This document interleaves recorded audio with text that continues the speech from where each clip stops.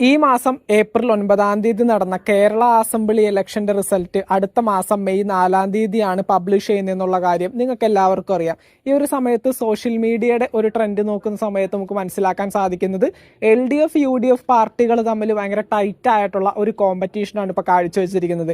അതുപോലെ തന്നെ BJP NDA പാർട്ടികളുടെ കാര്യങ്ങൾ നോക്കുകയാണെങ്കിൽ ഈ ഒരു വർഷം ഒരുപാട് ഈ പറയുന്ന സെലിബ്രിറ്റി കാൻഡിഡേറ്റ്സിനെയാണ് NDA തന്റെ സ്ഥാനാർത്ഥികളായിട്ട് മുന്നോട്ട് വെച്ചിരിക്കുന്നത്.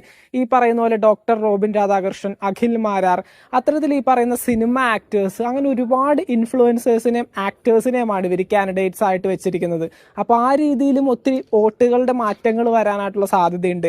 എന്നിരുന്നാലും ഈ വരുന്ന 2026 മുതൽ 2031 വരെയുള്ള കേരളത്തിന്റെ ആ ഒരു ഭരണം ഏത് പാർട്ടിയായിരിക്കും ഏറ്റെടുക്കാൻ പോകുന്നതെന്നുള്ള ആ ഒരു തീരുമാനം അല്ലെങ്കിൽ ആ ഒരു ജനവിധി ഈ വരുന്ന മെയ് 4 നമുക്ക് എല്ലാവർക്കും അറിയാനായിട്ട് സാധിക്കും. അപ്പോൾ എന്തൊക്കെയാണെങ്കിലും LDF UDF പാർട്ടികൾ തമ്മിൽ ഇത്രയും ടൈറ്റ് ആയിട്ടുള്ള ഒരു കോമ്പറ്റീഷൻ വന്നിരിക്കുന്ന സാഹചര്യത്തിൽ എന്തൊക്കെയാണെങ്കിലും ഈ പറയുന്ന സീറ്റിങ്ങിന്റെ അടിസ്ഥാനത്തിൽ ഈ പറയുന്ന UDF പാർട്ടിയുടെ ആയാലും LDF പാർട്ടിക്കായാലും കിട്ടാൻ പോകുന്ന ആ ഒരു സീറ്റ് എത്ര സീറ്റിന്റെ ഭൂരിപക്ഷത്തിൽ ആരൊക്കെ വിജയിക്കുമെന്ന് നമുക്ക് ജസ്റ്റ് ഒന്ന് നോക്കാം.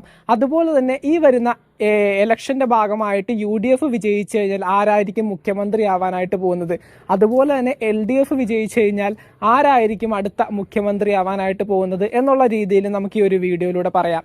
അപ്പോൾ എന്തൊക്കെയാണെങ്കിലും ആദ്യം തന്നെ ഈ ഒരു ഇലക്ഷന്റെ ഭാഗമായിട്ട് ഈ പറയുന്ന സീറ്റിങ്ങിന്റെ അടിസ്ഥാനത്തിൽ നോക്കുകയാണെന്നുണ്ടെങ്കിൽ ഈ വരുന്ന സോഷ്യൽ മീഡിയ റിപ്പോർട്ടുകളും അതുപോലെ ഈ സെൻസസ് റിപ്പോർട്ടുകളുടെയും അടിസ്ഥാനത്തിൽ UDF പാർട്ടി ഈ ഒരു കേരള സംസ്ഥാനം ഭരിക്കാനായിട്ട് സാധ്യതയുണ്ട് എന്നുള്ള രീതിയിൽ തന്നെയാണ് വാർത്തകളും കാര്യങ്ങളൊക്കെ വരുന്നത്.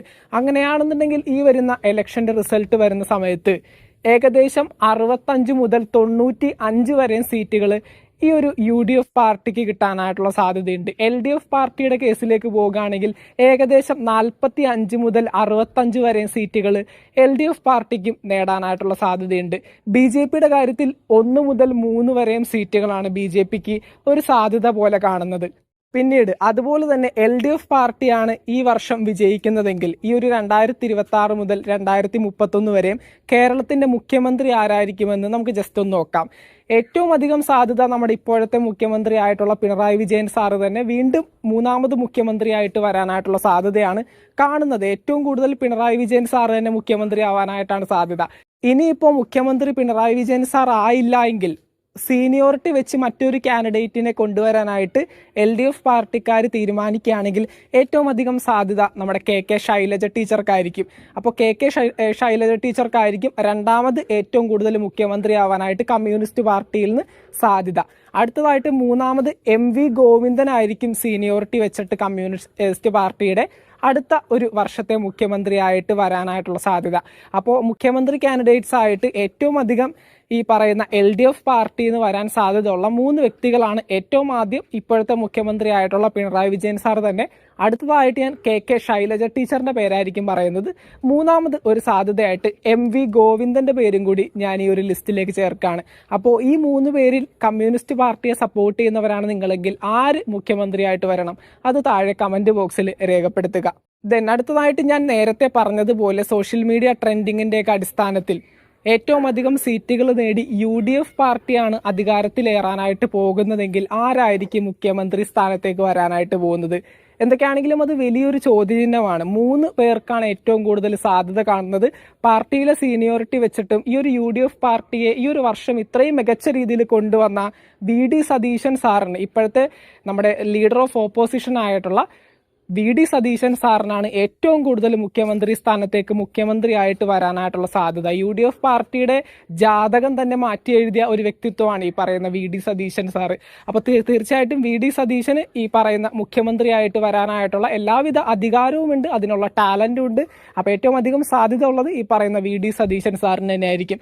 ദെൻ അടുത്തതായിട്ട് ഞാൻ 2ാമത്തെ പേര് പറയുന്നത് നമ്മുടെ KC വേണുഗോപാൽ ആയിരിക്കും. KC വേണുഗോപാലും ഈ പറയുന്ന പാർട്ടിയെ മുന്നിൽ നിന്ന് കൊണ്ടുപോകാനായിട്ടുള്ള എല്ലാ ടാലന്റുകളുമുള്ള ഒരു വ്യക്തി തന്നെയാണ്.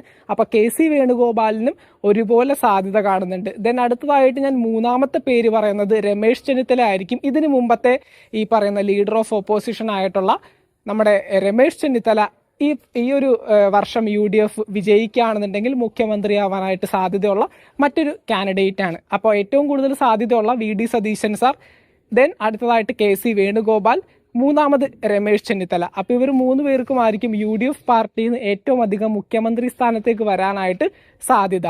അപ്പോൾ ഈ വരുന്ന 2026 മുതൽ 2031 വരെയും കേരളം ആര് ഭരിക്കും, കേരളത്തിലെ ജനങ്ങളുടെ ആ ഒരു ജനവിധി എന്താണെന്നറിയാനായിട്ട് ഇനി വളരെ ചുരുങ്ങിയ നാളുകൾ മാത്രം കാത്തിരുന്നാൽ മതി.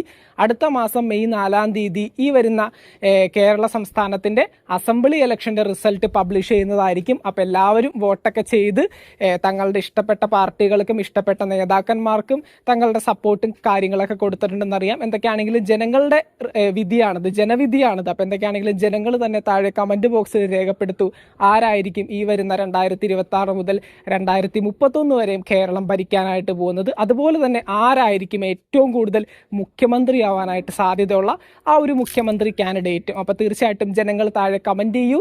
മറ്റൊരു വീഡിയോ ആയിട്ട് നമുക്ക് വീണ്ടും കാണാം. വീഡിയോ ഇഷ്ടപ്പെട്ടാൽ ചാനൽ ഒന്ന് സബ്സ്ക്രൈബ് ചെയ്യുക, ലൈക്ക് ചെയ്യുക, ഷെയർ ചെയ്യുക, ഫോളോ ചെയ്യുക.